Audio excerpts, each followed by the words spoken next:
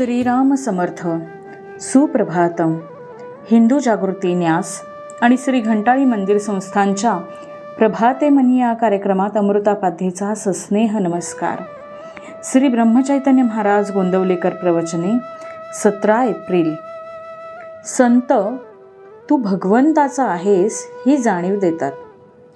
आपण कोणतेही कृत्य करत असताना ज्याकरता ते कृत्य आरंभिले ते जसे आपल्या डोळ्यांसमोर असते त्याप्रमाणे नाम घेताना आपण नाम कशाकरता घेतले त्याची अखंड जाणीव असावी.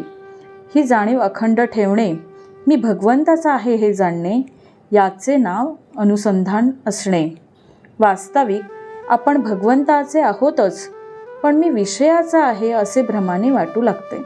संत तू विषयाचा नाहीस, भगवंताचा आहेस असे सांगतात. हीच संतांची खरी कामगिरी आणि याकरता ते नाम घ्यायला सांगतात. नाम घेणे म्हणजे मी विषयाचा नाही भगवंताचा आहे असे मनाला सांगणे आणि मनात तशी जाणीव उत्पन्न करणे आणि ही जाणीव टिकवण्याकरता पुन्हा पुन्हा मनाला तेच सांगणे म्हणजे तेच नाम सतत घेणे.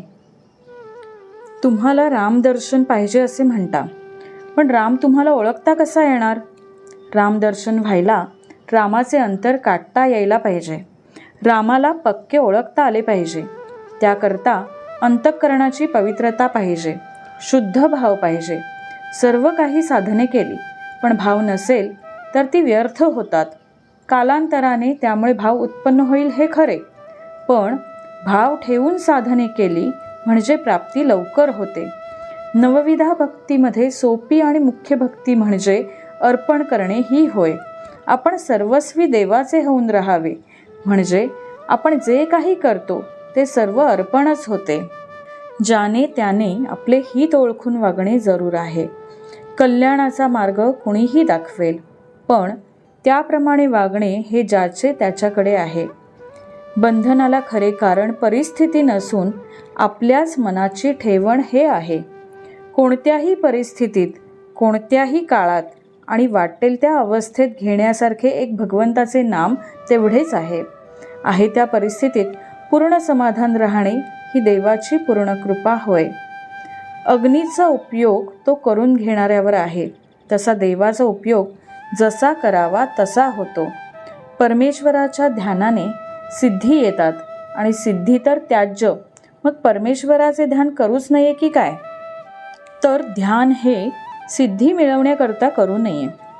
परमेश्वर प्राप्तीकरता निष्काम बुद्धीने ध्यान करावे म्हणजे परमेश्वर सिद्धीचे अडथळे दूर करतो. साधू सिद्धींचा उपयोग कधीही करत नाहीत. ते परमात्मा स्वरूपात मिळून गेलेले असतात. सर्व गोष्टी ते परमात्म्यावर सोपवतात आणि त्याच्या इच्छेनेच केव्हा केव्हा चमत्कार झाल्याचे साधूंच्या चरित्रात दिसते. बोधवचन. साधूजवळ कधीही व्यावहारिक गोष्टी मागू नयेत, त्या प्रारब्धावर सोपवाव्यात. आजचा हिंदू कर्तव्य दिनविशेष 17 एप्रिल, रामनवमी आणि रामदास जयंती. भगवान विष्णूंचा 7वा अवतार म्हणजे रामावतार. त्रेतायुगात हा रामावतार झाला.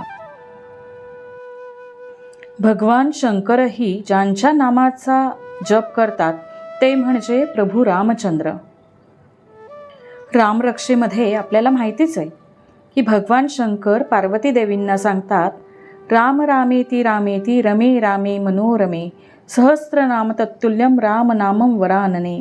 मंडळी, एवढी प्रचंड ताकद ही या रामनामामध्ये आहे. मंडळी, याच हेतूने 1 जानेवारीपासून आपण ब्रह्मचैतन्य गोंदवलेकर महाराजांच्या प्रवचनांचे वाचन सुरू केले. मंडळी, आपण रामनामाचा जप करत असाल तर उत्तमच, पण नसाल तर हा जप सुरू करण्यासाठी आजच्यासारखा दुसरा मुहूर्त नाही. प्रभू रामचंद्रांचा जन्म दुपारी 12:30 वाजता झाला. आज सकाळी 10 वाजल्यापासून घंटाळी मंदिरात रामजन्माचे कीर्तन, जन्मोत्सव, पाळणा आणि प्रसाद वाटप होणार आहे. आपणही आवर्जून या. घंटाळी मंदिरामधला अजून एक उपक्रम म्हणजे रामनवमी ते रामनवमी असा श्रीराम जय राम जय जय राम अशा 13 अक्षरी विजय मंत्राचा 13 कोटी जपाचा संकल्प केला जातो. आपणही या संकल्पामध्ये नक्की सहभागी व्हा. आज संध्याकाळी घंटाळी मंदिरातून रामनवमीची पालखी निघणार आहे, यामध्येही आपण नक्की सहभागी व्हा. याच दिवशी समर्थ रामदासांचाही जन्म झाला. काय विलक्षण योगायोग.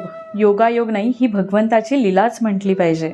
रामनामावरचे प्रेम वाढण्यासाठी, रामरायावरची श्रद्धा वाढण्यासाठी आपण आवर्जून रामदास स्वामींच्या ग्रंथांचे आणि वाङ्मयाचे वाचन अध्ययन हे केले पाहिजे. मंडळी, रामरायाचे आणि श्री घंटाळी देवीचे शुभाशीर्वाद तुमच्या सर्व कुटुंबावर अक्षुण्य राहोत ही प्रार्थना. जानकी जीवन स्मरण. जय जय राम.